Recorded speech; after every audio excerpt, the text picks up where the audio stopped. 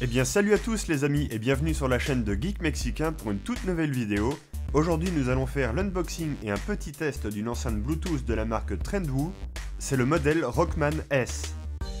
Cette enceinte résiste au choc, résiste aux éclaboussures, mais attention à ne pas l'immerger. D'où son indice IPX5.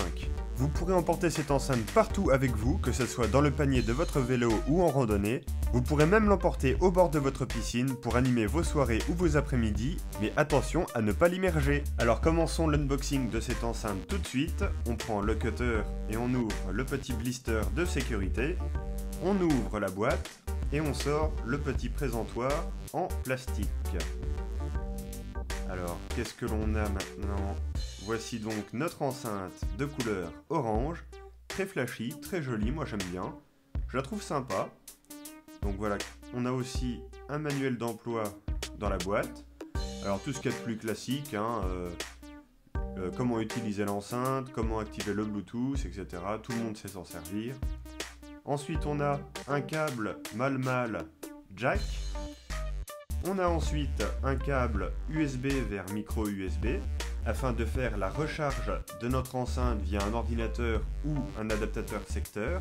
Et enfin notre enceinte que l'on va sortir de son présentoir. La voilà. Elle est jolie.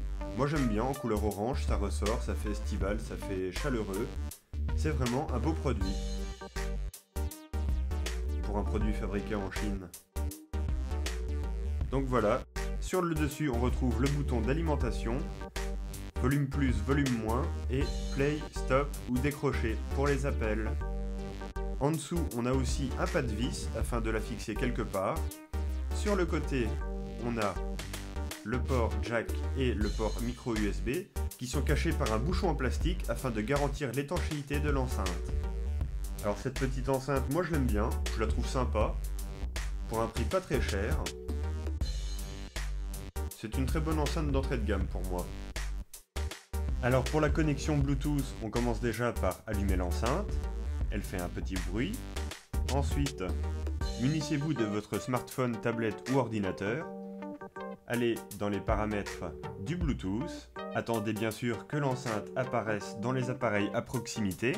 Et une fois que c'est le cas, cliquez dessus et l'enceinte va s'appairer avec votre smartphone, votre tablette ou votre ordinateur. Là, on peut voir qu'elle s'est connectée avec succès sur mon téléphone. C'est très bien, donc je peux quitter, aller dans mon application de musique et lancer une petite musique. Et on va tester ça tout de suite. C'est parti!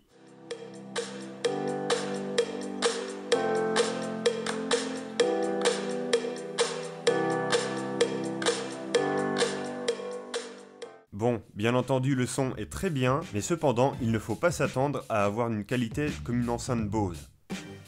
C'est une enceinte entrée de gamme, je le rappelle, et pour sa catégorie, je trouve qu'elle fait très bien le travail.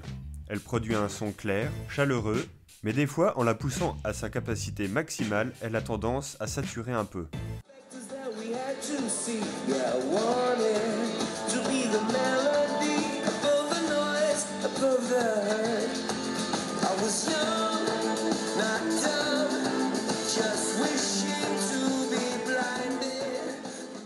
On notera que lorsque l'enceinte est connectée en Bluetooth, il y a une LED bleue allumée derrière la grille.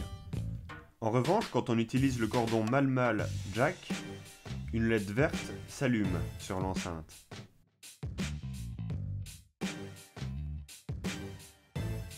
Moi, ce que j'aime bien aussi avec cette petite enceinte, c'est sa petite poignée élastique que l'on peut accrocher partout, par exemple à un guidon de vélo, ou vraiment n'importe où comme le montre ce plan.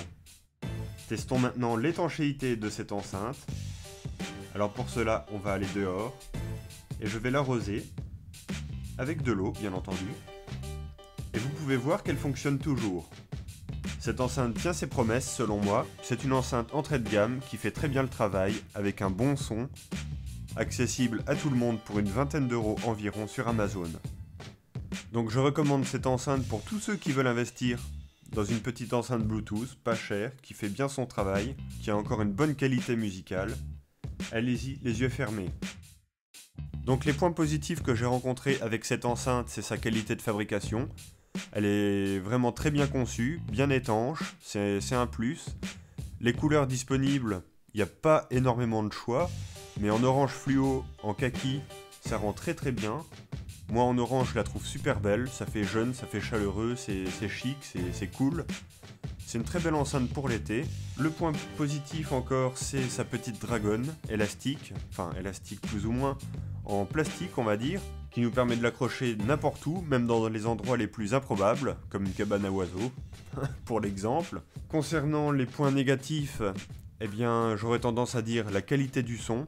Elle n'a rien de comparable à la qualité d'une enceinte Bose, mais ça tout le monde le sait, on en a pour son argent. Pour une enceinte de 20 €, je trouve qu'elle fait très bien le travail, et c'est très bien comme ça.